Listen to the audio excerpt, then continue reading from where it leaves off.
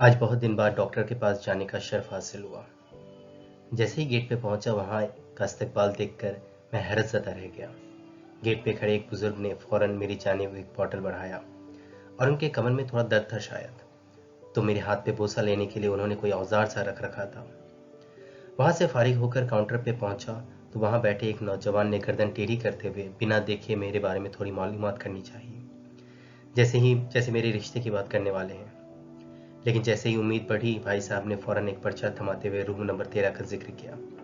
ऐसे तो मैं इन सब चीज़ों पे यकीन नहीं करता हूँ, मगर लोग कहते हैं कि 13 नंबर शैतान का होता है, तो इससे बेहतर वक्त कहाँ मिलता है इसे आजमाने के लिए। मैं रूम नंबर 13 की जानिब हो लिया। जैसे ही वहां पहुंचा, वहां भी मेरा इस्तकबाल जोरों से हुआ। एक भाई साहब भागते हुए आए और मेरे हाथों से वो पर्चा ले लिया, जैसे कि उन्हें मालूम ये पड़ रहा था कि वो पर्चा मुझे बहुत भारी महसूस हो रहा है, और फौरन मुझे बैठने का इशारा किया। जरा सी देर बैठा ही था कि फौरन अंदर से आवाज़ आई कि डॉक्टर साहब बुला रहे हैं। मैं अंदर पहुंचा तो देखा वो भारी सा पर्चा पहले से डॉक्टर साहब के पास पड़ा हुआ था। डॉक्टर साहब तकरीबन 65 साल के मालूम पड़ रहे थे, देखने में बहुत कमज़ोर और बीमार। शायद इसलिए उठकर मेरा इस्तकबाल नहीं कर पाए होंगे।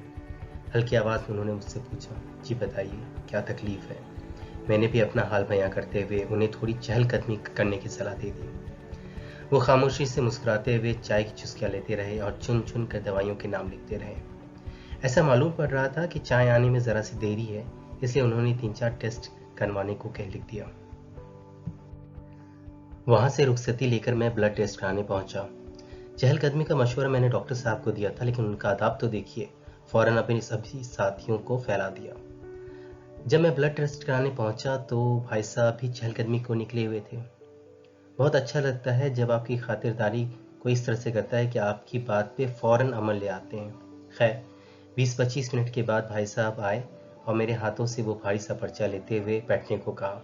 मुझे लगा शायद चाय यहाँ पीने को मिलेगी, लेकिन इन्होंने तो भर भर के जो रहा सा खून था वो भी निकाल लिया। अब मुझे भी 13 नंबर की कहानी थोड़ी थोड़ी समझ में आने लगी थी। खैर, वहां से विदा लिया और वापस गेट पे पहुंचा। सोचा जाते वक्त वो बुजुर्ग फिर से मेरे मुसाफा करना चाहते होंगे, मगर वो शायद लोगों के इस्तकबाल में बिजी थे। खैर, किसी ने चाय नाश्ते के लिए नहीं पूछा, लेकिन यहाँ की खातिरदारी देखकर मुझे ये एहसास हो गया कि आज भी लोग कितनी मोहब्बत करते हैं आपसे।